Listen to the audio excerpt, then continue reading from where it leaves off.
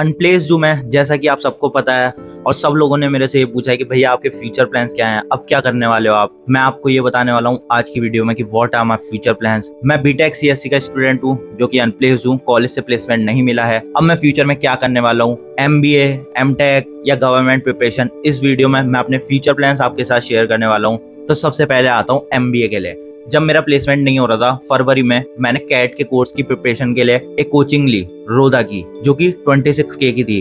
But मैंने उससे पढ़ाई नहीं करी। क्यों? क्योंकि पहले तो मैंने कोचिंग ले ली, उसके बाद मेरे को पता लगा कि कैट के लिए तुम्हारी प्रोफाइल स्ट्रांग होना बहुत ज्यादा इंपॉर्टेंट है।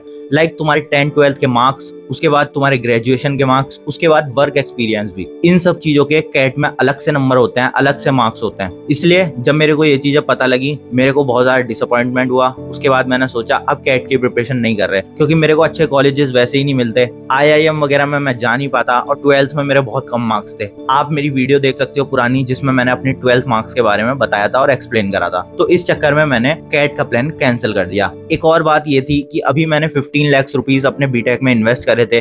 उसके बाद अगर मैं दोबारा से 20 से 25 लाख अपने एमबीए में इन्वेस्ट करता तो ये शायद बहुत ज्यादा बड़ी बेवकूफी भी होती, क्योंकि मैं अभी 15 से 20 लाख बीटेक में इन्वेस्ट कर चुका हूँ। अब दोबारा से इन्वेस्टमेंट बहुत ज्यादा रिस्की भी हो सकता था, क्योंकि अगर उसके बाद जॉब नहीं मिलती मैं पूरी तरह से खाली भी हो सकता था, पेरेंट्स के ऊपर भी बहुत ज्यादा प्रेशर आ सकता था। इसलिए भी मैंने एमबीए का ऑप्शन चूज नहीं करा। और हाँ, मेरे 26K जरूर खराब गए हैं, बट मैंने एमबीए का ऑप्शन फिर उसके बाद कंसीडर नहीं करा। उसके बाद मैंने सोचा एमटेक करते हैं। एमटेक के लिए गेट का एग्जाम निकालना होता है, गेट की प्रिपरेशन करनी होती है। दूसरा सिनेरियो ये था कि गेट की प्रिपरेशन करते हैं। अब यार गेट के एग्जाम की प्रिपरेशन करने में ही 2 साल का टाइम तो कम से कम लगता है। तुम एक एवरेज स्टूडेंट हो, तुम्हें खास तौर पे टाइम लगने ही वाला है। तो इसलिए मैंने गेट के एग्जाम को अभी साइड में रखा हुआ है, कंसिडर करेंगे फ्यूचर में अगर कोई प्लान बना तो। अब मैंने सोचा प्राइवेट एमटेक करते हैं। प्राइवेट एमटेक में भी प्लेसमेंट्स की बहुत बड़ी प्रॉब्लम थी कि अगर मेरा प्लेसमेंट नहीं मिला, और प्राइवेट एमटेक दोबारा से यहीं 12 to 15 लाख का तो होगा कम से कम, और अगर दिल्ली, एनसीआर इन सब जगहों से करूंगा तो आराम से वो 15 से 17 लाख का पड़ जाएगा। अगर उसके बाद भी मेरा प्लेसमेंट नहीं हुआ तो उसके बाद प्रॉब्लम आ जाएगी। तो मैंने एमटेक का प्लान भी प्राइवेट कॉलेजेस से कंसीडर नहीं करा, क्योंकि प्राइवेट कॉलेजेस से मैं एमटेक करूं या एमबीए, बहुत ज्यादा प्रेशर क्रिएट करेगा वो मेरे ऊपर भी और मेरे पेरेंट्स के ऊपर भी, अगर उसके बाद मेरे को जॉब नहीं मिली तो। और एक और प्रॉब्लम ये थी कि ROI अच्छा नहीं था। प्राइवेट कॉलेजेस में रिटर्न ऑफ इन्वेस्टमेंट अच्छा नहीं था। जितनी फीस थी उतना तो रिटर्न था ही नहीं, उतनी की तो प्लेसमेंट लग भी नहीं रही थी। तो अब मैं प्राइवेट कॉलेजेस में जाना इसलिए भी कंसिडर नहीं कर रहा हूँ, क्योंकि मैं ग्रेजुएशन भी करूं, उसके बाद पोस्ट ग्रेजुएशन भी करूं, और उसके बाद मैं 3 से 4 LPA 5 LPA का पैकेज लेकर बैठूं, तो इससे ज्यादा बड़ी बेवकूफी कुछ नहीं हो सकती। तो इसलिए मैंने वो दोनों प्लान कंसिडर नहीं करे। अब आता है मेरा तीसरा प्लान, गवर्नमेंट प्रिपरेशन का। देखो, मैं बीटेक करा हुआ स्टूडेंट हूँ, उसके बाद अगर मैं गवर्नमेंट की तरफ स्विच करता हूँ तो ये शायद बहुत बड़ी पागलपंती हो सकती है, क्योंकि मैं अपना डोमेन पूरा स्विच कर लूंगा। अगर मेरे को गवर्नमेंट की तरफ जाना ही है, SSC CGL क्रैक करना ही है, उसमें भी कोई प्रॉब्लम नहीं है अगर मेरे को जॉब मिल जाती है। बट एट द एंड, अभी रिसेंटली मैं SSC का पेपर लीक हुआ था, इसकी वजह से मैं वो रिस्क भी नहीं लेना चाहता। क्यों? क्योंकि यार देखो, गवर्नमेंट में भी बहुत ज्यादा रिस्क है। अगर एक बार मैंने अपना डोमेन चेंज करा, फिर उसके बाद मैं दोबारा से स्विच नहीं कर पाऊंगा। उसके बाद मुझे गवर्नमेंट में ही कुछ देखना पड़ेगा, और गवर्नमेंट एक बहुत बड़ा दलदल है भाई। इतना बड़ा दलदल है कि उसमें तो तुम्हारे कितने ही साल लग सकते हैं, कितने भी। अगर तुम 12th के बाद ही प्रिपरेशन कर रहे हो, 3-4 साल तुमने दिए हैं, तो तुम्हारे बहुत ज्यादा चांसेस होंगे। बट यार मुझे नहीं लगता कि एकदम से मैं स्विच करूंगा और हो जाएगा। SSC का पेपर ही बहुत हार्ड रहता है, और एंट्री लेवल जॉब्स भी रहती हैं गवर्नमेंट में। बट यार मेरे को नहीं लगता अभी किसी की भी वैकेंसीज निकल रही हैं, अभी कुछ हो रहा है। गवर्नमेंट का हाल तुम लोगों को बताइए। अब तुम लोग ये सोच रहे होंगे कि ये करेगा क्या, गवर्नमेंट इसे करना नहीं है, एमटेक में इसे हार्ड लग रहा है, MBA करना नहीं चाह रहा, तो ये करेगा क्या भाई। तो देखो, बहुत लोग क्यूरियस हैं ये करेगा क्या, और बहुत लोगों ने मुझे सब्सक्राइब भी इसलिए करा है कि मेरी जर्नी को फॉलो कर सकें कि ये फाइंड आउट कैसे करेगा अपनी लाइफ में, इस फेज से कैसे निकलेगा। तो भाई अगर तुम भी इस फेज में हो या तुम भी मेरी इस जर्नी को फॉलो करना चाहते हो, तो सबसे पहले तो सब्सक्राइब कर लेना। अब मेरा प्लान क्या है, मेरा फ्यूचर प्लान क्या है, मैं इससे कैसे निकलूंगा। सबसे पहला मेरा प्लान है कि भाई अब मैं प्रिपरेशन करने वाला हूँ ऑफ कैंपस की। सबसे पहले मैं स्किल्स डेवलप करने वाला हूँ ऑफ कैंपस के लिए। मैंने कल ही पापा से बात करी है, पापा मेरे को 1 साल चाहिए। 1 साल में मैं अपने ऊपर काम करूंगा, अपनी स्किल्स पे काम करूंगा और ऑफ कैंपस जॉब के लिए देखूंगा। अब देखो, अगर मैं तुमसे ये बोलूं कि ऑफ कैंपस भी बहुत हार्ड है, तो भाई मैं कुछ भी नहीं कर पाऊंगा। ऐसे तो सब कुछ हार्ड है भाई, हार्ड चीज करनी ही पड़ेगी लाइफ में। एक बार तो किसी ना किसी चीज को फेस करना ही पड़ेगा, जो भी हार्ड चीज है, अब चाहे वो कुछ भी हो। तो मैं अब इस चीज से पीछे नहीं हट सकता, इस चीज से नहीं भाग सकता, क्योंकि मुझे ये ही एक बेस्ट ऑप्शन लग रहा है। क्योंकि मैंने अपनी बीटेक करी है अभी कंप्यूटर साइंस से, अगर मैं उसमें ही अपनी स्किल्स डेवलप करके एक जॉब ले लूंगा, उससे अच्छी बात कुछ नहीं होगी। सबसे बड़ी प्रॉब्लम यहाँ पर आ रही है कि घर मेरे लिए बहुत ज्यादा कंफर्ट की प्लेस हो रही है। मैंने पिछले 1 महीने से किताब भी नहीं उठाई है, तो अब मैं कोई बाहर एक जगह देखूंगा, या तो लाइब्रेरी ज्वाइन करूंगा या कुछ करूंगा, तो वहां से मैं प्रिपरेशन करना स्टार्ट करूंगा। एक और बड़ी प्रॉब्लम है, मुझे अब सब कुछ जीरो से स्टार्ट करना है। क्यों? क्योंकि भाई मैंने पिछले 8 से 10 महीनों में कुछ नहीं पढ़ा है। जब मेरे पास कॉलेज में कंपनीज नहीं आ रही थी, मेरा प्लेसमेंट नहीं हो रहा था, मैं इतना सैड था, मेरे आसपास के दोस्त प्लेस जो हो रहे थे, मैंने पढ़ाई बंद कर दी थी, बिल्कुल स्टॉप कर दी थी। उसके बाद मैं कंप्लीटली अपने कंटेंट पे फोकस करने लगा था। बट इसे मैं अपनी बहुत बड़ी गलती भी नहीं कहूंगा यार, क्योंकि कुछ ना कुछ तो लाइफ में करना ही था। बट मेरा ये रहा कि मैंने कंप्लीटली पढ़ाई को स्टॉप कर दिया। मेरे को थोड़ा थोड़ा पढ़ता रहना चाहिए था। अब उससे तो कुछ फायदा नहीं है रिग्रेट करके। अब मैं नई जर्नी स्टार्ट करने जा रहा हूँ। अब मुझे मंडे से एक नई जर्नी को स्टार्ट करना है, जीरो से स्टार्ट करना है। कैसे मैं जीरो से एक जॉब फाइंड आउट करता हूँ, ये पूरी जर्नी मैं आप सबको बताने वाला हूँ। इसको आपको फॉलो करना है तो कर लीजिए, सब्सक्राइब का बटन दबा दीजिए। साथ में मेरा बैकअप प्लान क्या होगा, क्योंकि देखो जॉब मिलना ना मिलना मेरे हाथ में नहीं है, मेरे हाथ में है मेरे 100% एफर्ट्स जो कि मैं लगा सकता हूँ। मेरे 2 सेकंड प्लान्स ये हैं, साइड बाय साइड मेरा यूट्यूब चलता रहेगा, मैं कंटेंट क्रिएट करता हूँ यूट्यूब पे, और मेरे इंस्टाग्राम पे 2 पेजेस हैं, एक संतोष लाइफ, एक संतोष लिफ्ट।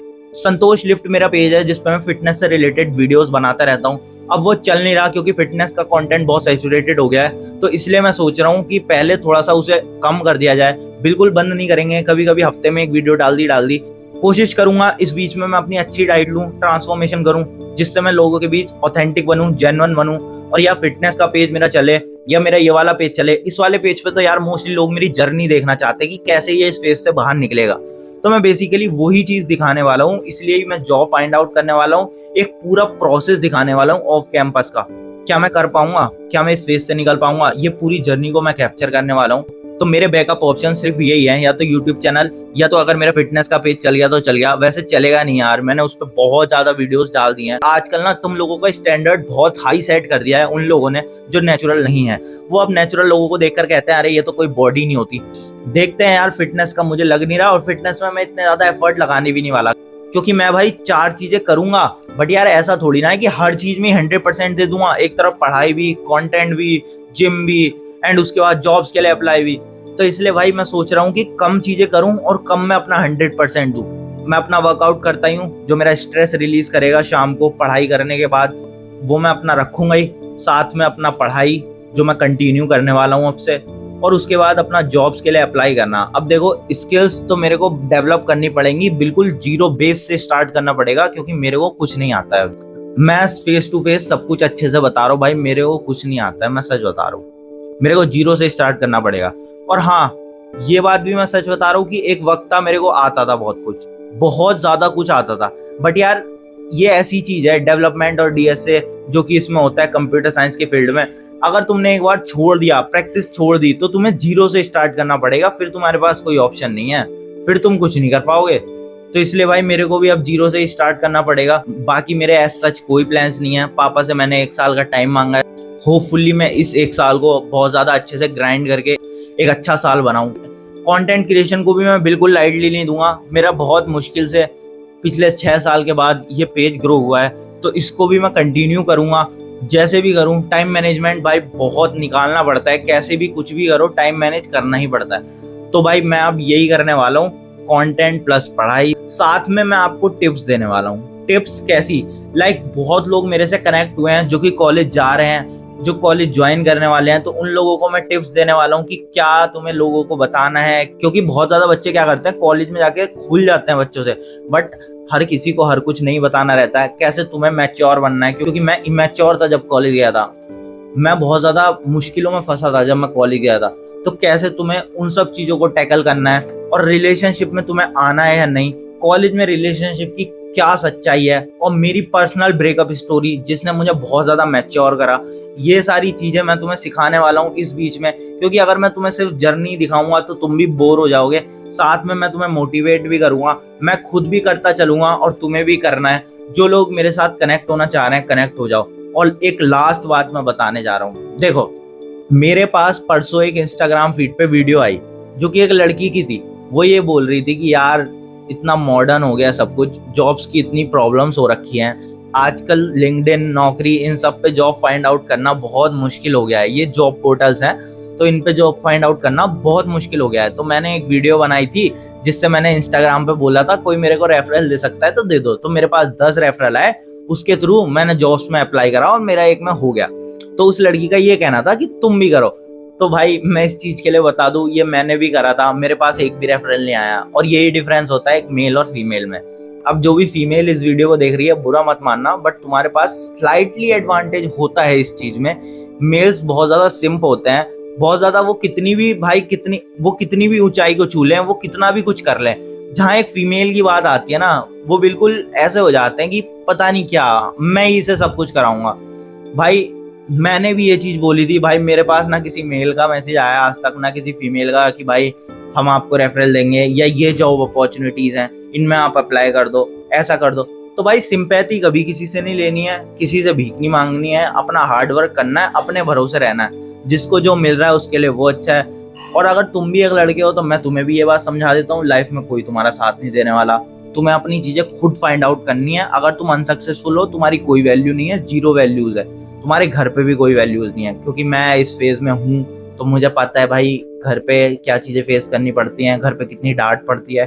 और ये कंटेंट क्रिएशन भी मैं कितनी मुश्किल से कर रहा हूँ, क्योंकि भाई एक तो तुम पहली अनप्लेस हो, एक तो तुम्हारे पास पहली जॉब नहीं है, ऊपर से तुम ऐसी चीजें कर रहे हो, वीडियोस बना रहे हो, ये सब चीजें। तो ये सब चीजें ना बहुत ज्यादा मतलब ऐसी हैं कि पेरेंट्स को नहीं पता कि इससे क्या होता है, तो उनको लगता है कि ये इसमें फालतू टाइम वेस्ट कर रहा है। तो इसलिए मुझे पता है कि भाई ये फेज कितना डिफिकल्ट होता है, पेरेंट्स भी नहीं समझते, और जो आसपास रिश्तेदार आते हैं वो तो पिन पॉइंट करते ही रहते हैं तुम्हें। ऑब्वियस सी बात है, अरे आपका बेटा क्या कर रहा है, कोई कहेगा ये करा दो, कोई कहेगा ये करा दो, और तुम्हें कंफ्यूजन में डाल देंगे। तुम वैसे ही अपनी लाइफ में कंफ्यूज हो। तो इसलिए भाई अपनी लाइफ में अगर तुम कॉलेज जा रहे हो तो 4 साल ऐसे रखना जिसमें तुम वेज फाइंड आउट करना, कैसे भी करके तुम्हें 4 साल बाद इंडिपेंडेंट होना ही होना है, कैसे भी करके। उसके बाद तुम साइड बाय साइड पढ़ो, एक जॉब के साइड बाय साइड पढ़ो, फिर उसे एक बहुत अच्छे पैकेज पे जाओ या कुछ भी करो, बट 4 साल बाद इंडिपेंडेंट होना ही होना है। मैं इस सिचुएशन में हूँ जहाँ मेरे को ये सब चीजें फेस करनी पड़ रही हैं, तो मुझे पता है भाई डिपेंडेंट होना कितना मुश्किल होता है, वो भी एक डिग्री करने के बाद। क्योंकि इंडिया में मोस्टली ये माना जाता है कि बच्चे ने डिग्री कर ली अब तो उसे जॉब करनी है। अब घर में बैठ रहा है तो वो एक फेलियर है, घर में बैठ रहा है तो वो कुछ नहीं कर रहा। हाँ, हम उसे ज्यादा देर तक घर में नहीं बैठा सकते, क्योंकि हम रिश्तेदारों को क्या जवाब देंगे, बाहर वालों को क्या जवाब देंगे। सबसे बड़ी प्रॉब्लम इंडिया में यही रहती है। अपनी लाइफ में वेज फाइंड आउट करना, तरीके फाइंड आउट करना। मेरी इस जर्नी को फॉलो कर लेना, सब्सक्राइब कर लेना। मेरे से हो पाएगा तो मैं तुम्हारी जर्नी को बहुत आसान बना दूंगा।